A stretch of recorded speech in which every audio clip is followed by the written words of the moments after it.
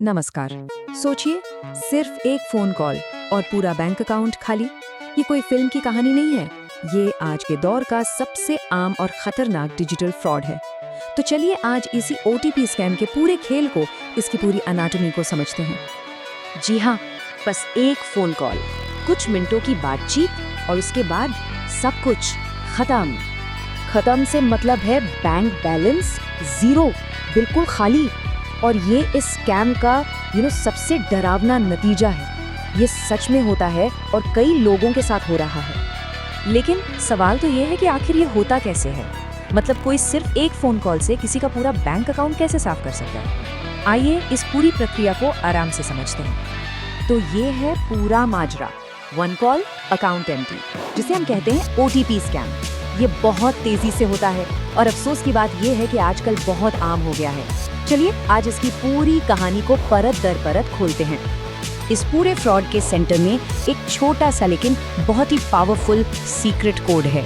तो चलिए सबसे पहले ये समझते हैं कि ये सीक्रेट कोड आखिर है क्या। ये कोड है ओटीपी, यानी कि वन टाइम पासवर्ड। ये एक टेम्पररी सीक्रेट कोड है जो बैंक लॉगिन अप्रूव करने, ट्रांजैक्शन करने या पासवर्ड रीसेट करने जैसी जरूरी चीजों के लिए काम आता है। आसान भाषा में ये आपकी डिजिटल तिजोरी की चाबी है। तो जब भी कोई ओटीपी एंटर करता है ना, तो वो सिस्टम को ये बता रहा होता है कि हाँ, ये काम मैं खुद अपनी मर्जी से अप्रूव कर रहा हूँ। इस बात को बिल्कुल गांठ बांध लीजिए कि ओटीपी सिर्फ एक नंबर नहीं है, ये एक डिजिटल सिग्नेचर है, आपकी डिजिटल सहमति है। ओके, तो अब हम ओटीपी की इम्पोर्टेंस समझ गए हैं। अब देखते हैं कि स्कैमर इसके आगे क्या करता है। वो कैसे एक परफेक्ट स्क्रिप्ट तैयार करता है किसी को भी धोखा देने के लिए। ये पूरा खेल 4 सिंपल स्टेजेस में होता है। स्टेज 1 एकदम प्रोफेशनल टोन में कॉल करना। स्टेज 2 भरोसा जीतना। स्टेज 3 बड़ी चालाकी से ओटीपी मांगना। और स्टेज 4 जैसे ही ओटीपी मिला, पैसा गायब। अब ये स्कैमर अपनी असली पहचान तो बताएगा नहीं, राइट? तो वो बन जाता है बैंक का एम्प्लॉई या केवाईसी डिपार्टमेंट से कोई, या कस्टमर केयर से। कभी कभी तो वॉलेट या यूपीआई सपोर्ट वाला बनकर भी फोन करते हैं। उनकी सबसे पहली चाल होती है एक प्रॉब्लम क्रिएट करना। एक ऐसी प्रॉब्लम जिसे सुनकर लगे कि इसे अभी सॉल्व करना जरूरी है। सबसे कॉमन लाइन क्या है? सर मैडम, आपका केवाईसी पेंडिंग है। और अगर इससे बात न बने तो वो प्रेशर बढ़ाते हैं, दिखाते हैं कि मामला कितना सीरियस है, आपका अकाउंट ब्लॉक होने वाला है।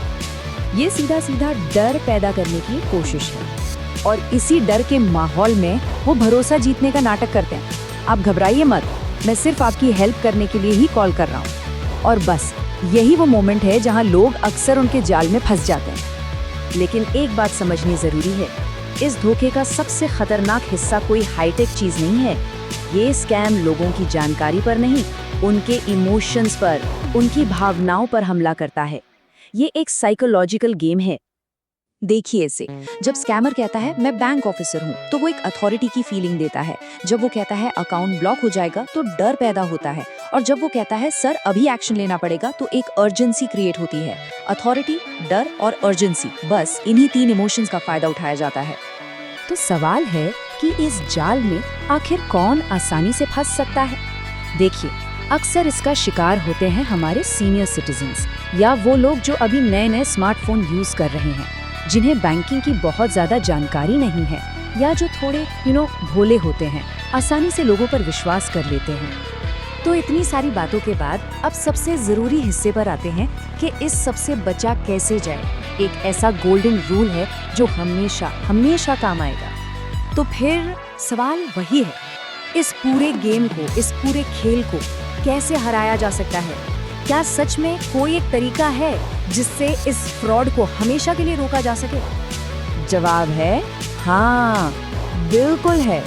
और वो है ये गोल्डन रूल। इसे हमेशा के लिए दिमाग में बिठा लीजिए। ओटीपी सिर्फ और सिर्फ मशीन के लिए होता है, कंप्यूटर सिस्टम में डालने के लिए, किसी इंसान को बताने के लिए नहीं।